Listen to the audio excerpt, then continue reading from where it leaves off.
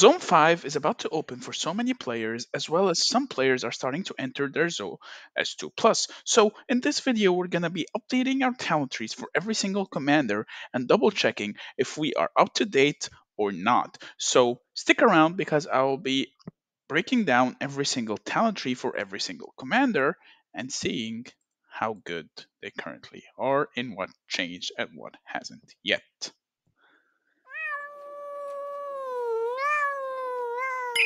What's up guys, MEOWER here back with a brand new Call of Dragons video. So, with Zone 5 just on the horizon for so many players, it is important to make sure we're up to date, we're getting ready. If you're having any doubts about your talent trees or you feel like you should be adjusted them, now would be the perfect time because as soon as the fighting starts, so many tend to forget completely about what they have for their talent trees and just go at it till one side wins and one side loses. So, I figured this will be the perfect opportunity to make sure you're up to date on the current meta, what the best talents are, and of course, I wanna emphasize and that this time I've completely tested every single talent tree with so many of the wonderful players in the server. Shout out to Solarian, Salcrito, Rhinos, and then of course 3-inch deep because he loves getting his shout out as well as Global and Ken. But I've been testing with so many players for different 1v1s with the same troop commanders and relatively equal artifacts and relatively equal awakened commanders and relatively equal pets with the minor differences being the talents and seeing who comes out on top. So this is pretty much the creme de la creme in most situations now, and I feel like this is currently the best builds for every single commander. So before we start breaking down the best talent trees for every commander, don't forget to drop a like, don't forget to subscribe, and let's get started. Also, big shout out to Ao. I think that's how I pronounce your name. I'm sorry if I butchered your name. I'm so sorry, dear. Don't shout at me. But yeah, let's start out with our boy, my favorite commander in the game right now, Syndrion. So Syndrion hasn't really had much changes outside of the merit printing video, but I would say I did do some adjustments here. So of course I go for overall attack, march speed, health, arrow of precision. I go for overall attack, the march speed, and I go for strengthened weaponry. Here, strengthened weaponry I feel like is much better than anything else really in this tree because Syndrome Ffraegar's most of their skill comes from critting, especially just from raw DPS. So having an extra 2.5% I feel like is much better than the extra 4% counterattack or the all conquering because you don't really rely on counterattack as your main source of damage for Syndrome. Rather, you want to pour or you focus on a single on a single target nuke. So everything in this tree fits that purpose. We go for whirlwind, we go for cool under pressure first, and then we go for intrepid, unstoppable, mark of war, and then we double dip into the precision tree. We go for 5 points into head hell high, and then suppression, and then finally we go for force of will. You can also just put 1 point of force of will before you finish suppression, and then go back to force of will. But to each their own. And the final 2 points, you can put them anywhere. Personally, I just put them into Adrenaline Rush.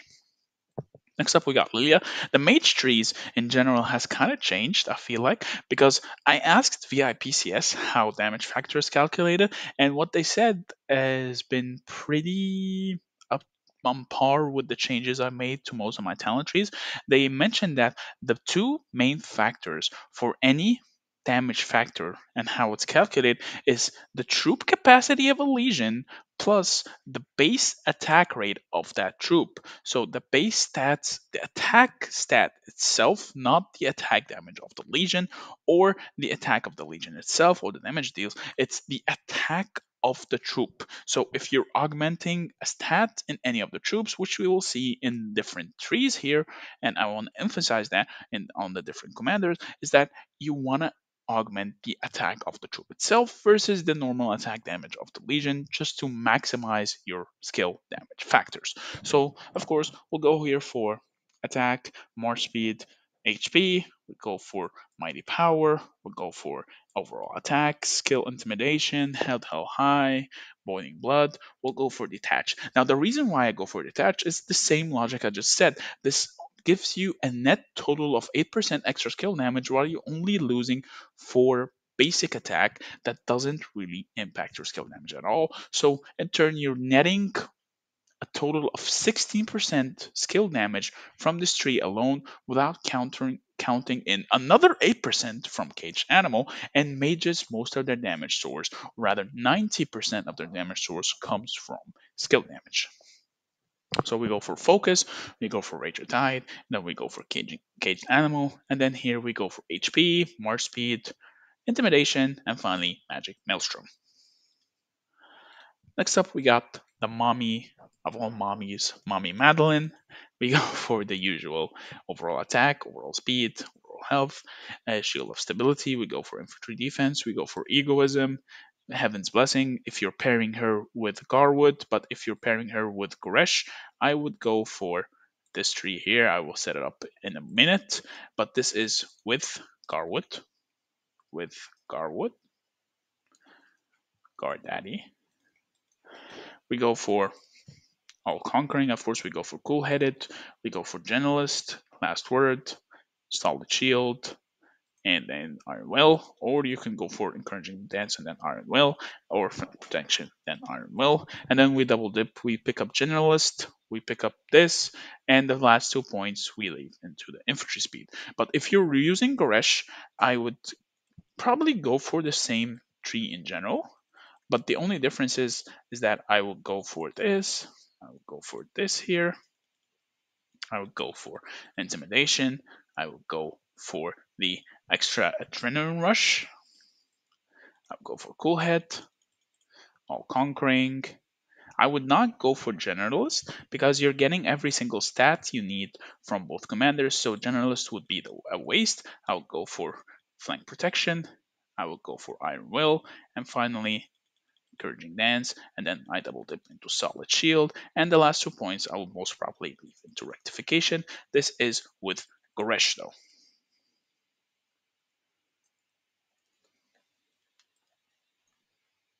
Next up, Ffraegar should never be primary, but if you so should happen to use her as primary for whatever reason, I would just run this tree. It's not the best, but it's like what the best we could do for now. The marksman tree is pretty awful. The mobility tree is the worst tree in the game, so not really recommended. I don't even feel like breaking this down. Just pause the video and take a screenshot. It's a terrible thing to use Ffraegar as the lead. Next up, we got Gardaddy. Gardaddy should be a garrison commander. If you ever have the need to use him as your primary, just copy this tree directly. It gives you everything that you need when you are garrisoning and doing the damage. Though I would just adjust some stuff here.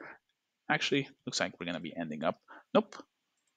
Whoopsie. I'm gonna go for this. We're gonna go for this. We're gonna go for this. I'm gonna go for the attack. Increase the attack here. We want to increase the 10% counter attack, which is pretty OP. We're going to go for fair defense, which is pretty OP as well. We're going to go for uh, Garrison determination, because if you're using Garwood, chances are you're using Madeline as a secondary, so you're not really dealing any hero skill damage. Plus, flank protection is not that useful because 99% of the time you are 1v1 rallies. If you're getting double teamed, you're going to die anyways because Garwood cannot survive getting doubled. Go for formidable, and then we double dip into garrison resistance. We go into tough garrison. We go into garrison rampage, and finally the last 2 points I would say just put them into garrison onslaught, I guess. And yeah, that's the garrison tree, I would say. If you end up using him in the open field as primary for whatever reason, just go all in onto the infantry, build the usual that you use with Madeline, but swap out solid shield for something else that you feel like using. Next up, Velyn. I feel like Velyn is gonna be far more useful soon as a primary once the new mages come out. So this is the build I would use if you're using Velyn. I would not waste Velyn on the control tree. I feel like he's way too valuable to be used with the control tree, especially if you are a T5. I feel like this is the perfect build for him if you're a T5. But if you are a T4 and you feel like you want to use the control tree, I would run this. But other than that, this I feel like is the perfect tree for him. Next up, we got Kinnara, my favorite commander by far. I have a lot of favorite commanders, I would say. But if everyone's my favorite, do I really have a favorite? Question mark. Huh. But yeah, I go for the control tree first, of course, because this is all about counterattack, especially when it comes for Kinnara, and I want to pick up Army of Valor next. Marksman tree, pretty awful, wouldn't bother with, would just rather go for the PvP tree, gives me the stats I want in a much better fashion, so might as well just pick up this one instead. Next up, Nico. Nico, Ni.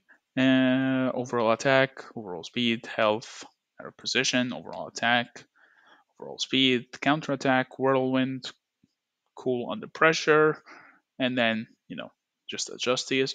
Or you can just copy the build that you see here as well. Both are extremely viable and both are pretty good. I would use this if he is paired with Kinnara, but I would use this if he is paired with Theia. Next up, Hosk, full counterattack. Rally tree is pretty bad. I wouldn't even rally with Hosk at all. So I wouldn't even use him as primary if I end up rallying with Hosk for any reason, because, it's not that good. So I'd rather just use this instead. Pretty standard counterattack build. Gives him everything that he needs. Next up, Theia.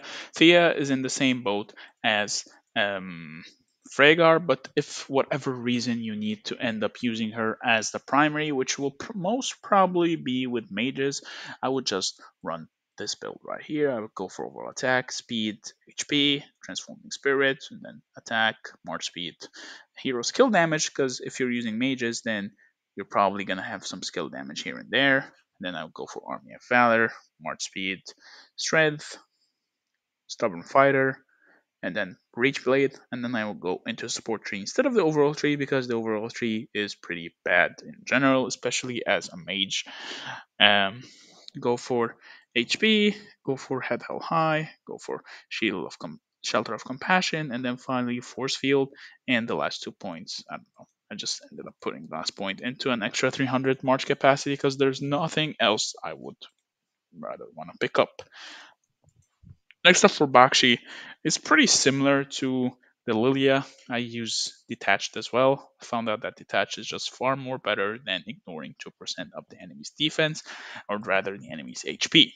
So overall attack, more speed, health, mighty power. We go for the skill tree first. Overall attack, skill damage, head held high, boiling blood, detached, crit, caged animal, and then we go for cavalry tree, cavalry speed, cavalry attack instead of adrenaline rush. Because, like we said, if you want to augment skill damage or damage factor, you want to improve the base stats of the units than the base stats of the legion itself. So intimidation, and finally perfect ferocity to start one-shotting people as soon as you touch them. And the final point, I just put them into all conquering, but you can put them whatever you want. For Emrys, you want to use Emrys probably for farm killing if you're using as a primary. So this gives you a ton of march speed, a ton of utility, and a ton of ways to run around and just kill people with so much more speed that you literally become uncatchable.